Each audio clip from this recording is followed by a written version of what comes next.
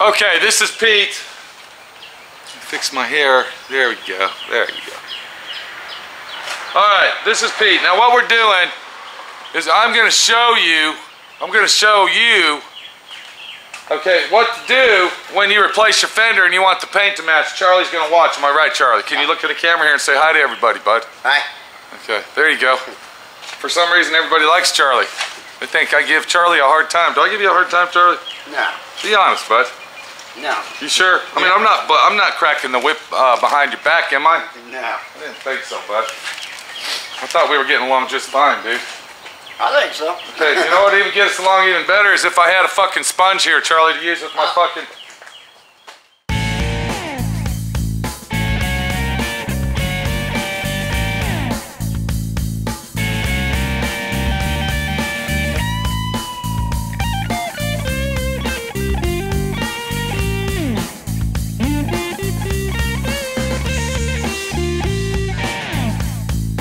Charlie has never replaced a fender like this in his life. Okay? He did a very good job replacing the fender. Now what Charlie did, what I did before Charlie replaced the fender is I went ahead and cut everything in. If you look right in here, you'll see that there's paint already on the edges. That way, when we back tape it, open this hood up. If you look right here, you can see, okay, that's already painted. I did that yesterday. And if you want a professional job, basically that's what you got to do the professional job. And I see that on this one we're going to have to get some flat black, Charlie. We're going to take that off, and then tomorrow we'll get some flat black and paint that black. Look over there, see it's black on that side. To make everything match perfect. But we still had to paint this edge because that's silver. Now what we got to do, because this is silver and this is a late model car, is we got to blend the paint into the hood, into the lower part of this bumper right here, this piece right here. Can you see that? No, you can't. Okay, let me fix the camera. Okay, we're going to blend the paint into this piece here. We're going to blend the paint into the hood, so we'll have to clear coat the whole hood. And then we're going to come over here, we're going to blend the paint into the top half of the door, but we're only going to go halfway. We're not going to go all the way down. Okay? But we still got to paint the whole fender. See what I'm saying? Because we will have to buff this car. We'll have to buff this door. This is a late model car, and the owner wants it looking good. So, the first thing that you do is, where's my sponge? You're going to get yourself a nice rubber block like you always see me use, and you're going to get yourself a sponge, and we're going to go ahead, and we're going to DA sand to about right here. I mean, not DA sand, we're going to sand it to about right there. And I'm going to be nice and consistent as I'm sanding because I don't want any scratches in it or inconsistency in the sanding, because what will happen is when I clear coat it, you'll see that. And before you do this, it's always wise that you wash close. You'll see that the consistency of my sanding is very, very good. When I say consistency, I mean that you don't see streaks in it, or you see what I'm saying? Or, you know, mismatched sanding. Now here's a spot that I missed, see? I'm going to come back. I don't know how I missed that. Okay, so that's done. Once that's sanded, what we're going to do, okay, now this is very, very important. This is a gray Scotch-Brite, okay? Now gray, there's two different Scotch-Brites in the paint industry. There might even be more than that, but I only use two different ones.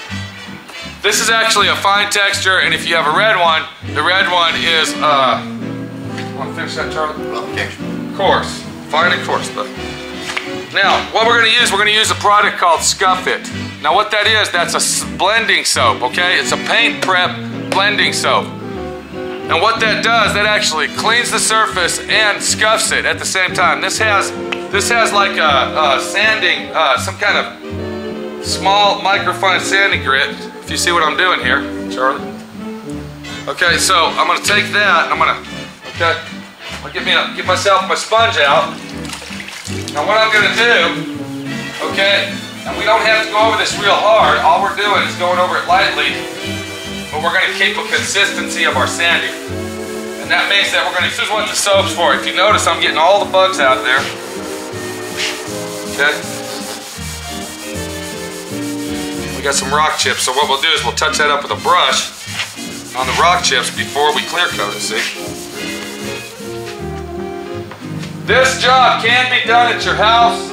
It's a very simple job and it's very easy to do. All it basically is bolting it on, taping it off, painting it, and it's done. We're not going to paint the whole top of this bumper cover. We're going to blend, okay? Now what blending means is I'm going to actually tape it off right here. See, I'm going to come down where my finger is. So I'll blend that paint in right here, and then I'll clear coat it over. I'll clear coat it to about here, and then blend the clear in. See. So what we're going to do is we're going to take our 1500. We're going to do just like I told you.